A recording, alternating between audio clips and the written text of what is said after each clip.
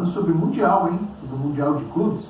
Quero ouvir do professor Celso Zelde, que é um dos chefes, faz parte do Conselho Deliberativo do Bola de Prata, professor dá notas, professor decide, professor manda. O André, no Bola de Prata, ele aparece como zagueiro ou como volante? Como meio-campista? Não, ele concorre como volante. O volante. Mas todo jogo ele vai de zagueiro, professor. Tem que dar nota pra ele de zagueiro. O dia que ele se naturalizar zagueiro, e nem o Pikachu. O Pikachu concorria mesmo com o lateral. Hoje ele não concorre mais com o lateral, né?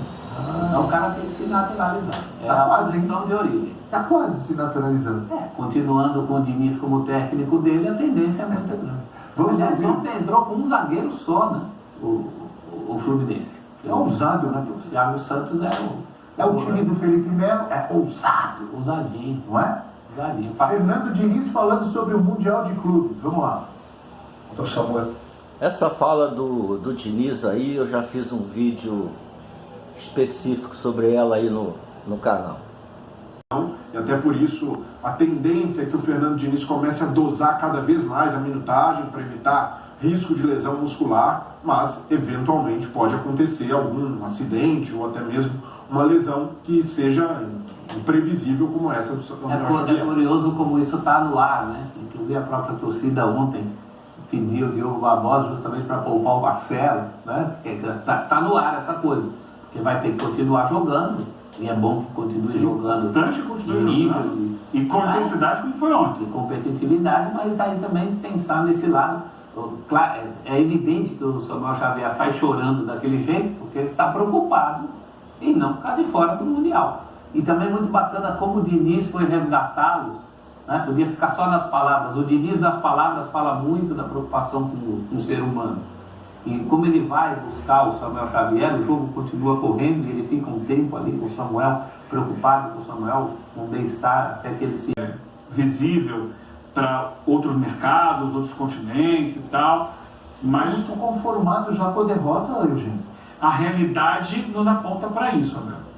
É cada vez mais difícil encarar o Mundial de Clubes. Não, ainda mais pro Manchester City. Não, mas agora é cada vez mais difícil chegar à final do Mundial de Clubes. Exato. É isso, Você- está dando um desafio. Exato. O Flamengo mostrou contra o Al Hilal que... E era o Al Hilal antes do investimento do governo. Exato. O Al Hilal já era um time que tinha muito investimento, com os jogadores, mas agora a gente tem times da Arábia Saudita investindo muito mais, o Fluminense pode pegar o Al Ittihad na semifinal. Provavelmente pegará. É a tendência do time do Benzema, do Romarinho, então por tudo isso é preciso cuidar muito desse jogo da semifinal. Para o Fluminense já vai ser uma grande vitória estar numa final de Mundial. Isso daí já é algo grandioso. Nossa, imagina, precisa ser encarar o Manchester City, né? e até É muito legal, é um jogo dos sonhos. Exato, muita gente brinca, Fernando Diniz seria o que a gente tem de mais próximo do Guardiola, ele nega esse rótulo, sempre negou o rótulo, nunca se inspirou.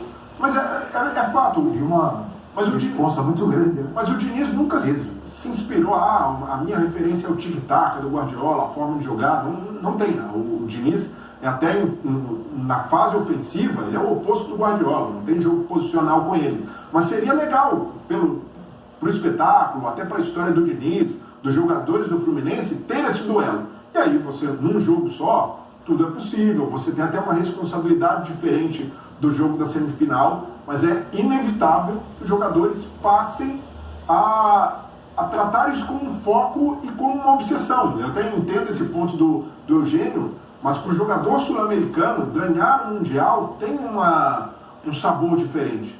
Algo que o europeu vai lá para fazer o protocolar, para cumprir a necessidade. Nem sempre joga na sua rotação. Não é bem assim. Eu vejo diferente. Porque estão ganhando sempre.